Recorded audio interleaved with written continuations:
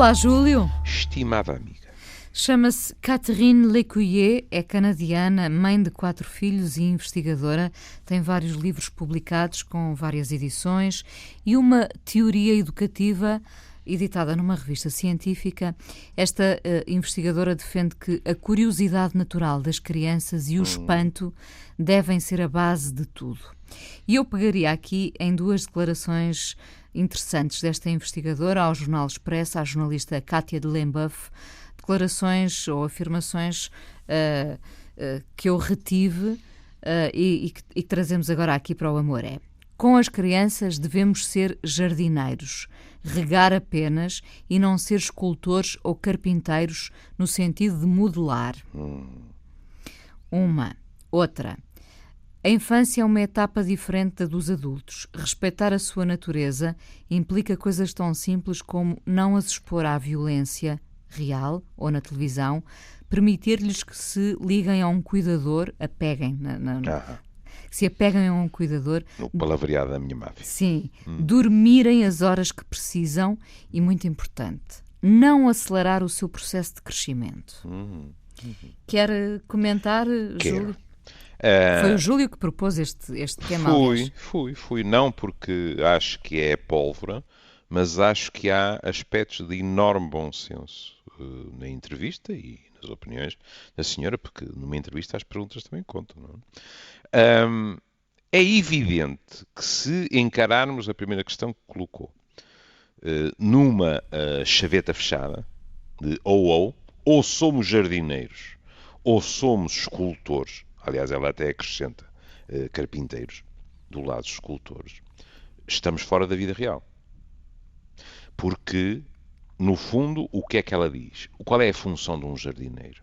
É criar as condições necessárias para que aquela planta se desenvolva. Sim. Mas aquela planta, é por isso que ela fala muito da sede de conhecer e do espanto natural das crianças, aquela planta traz já em si o impulso vital. E as crianças também, como é evidente. Por isso é que, quando falamos aqui naquelas multiatividades que os pais insistem em que as crianças andem, não é? Já que o dissemos antes, às vezes há aqui uma restiazinha de frustração em relação àquilo que os pais não conseguiram fazer, ou não tiveram tempo, ou não tiveram possibilidade, e então toca a enfiar as crianças em música, em atividades. Enfim. Eu estou muito à vontade para falar disso, porque a minha geração cometeu muitos erros a esse nível. Bom. Mas, do outro lado, em teoria, teríamos o esculpir a criança, o que significaria que nós modelaríamos, foi o verbo até que empregou, a criança e, portanto, ela seria, de certa forma, delineada, desenhada, projetada a partir de fora. Ninguém está a negar com as melhores intenções.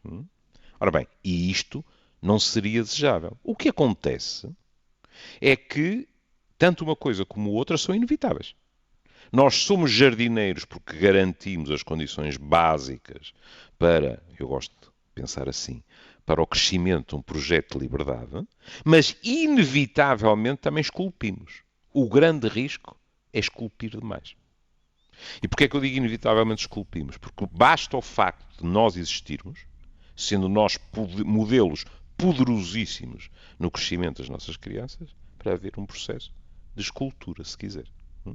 Agora, às vezes sufocamos e asfixiamos. Ela está a falar da questão, inclusivamente, que já falámos aqui muitas vezes, de, consciente ou inconscientemente, nós estarmos quase a esculpir um prolongamento nosso, um pseudópto, uma fotocópia, ou, se quiser, alguém que vai construir os sonhos que nós não conseguimos construir.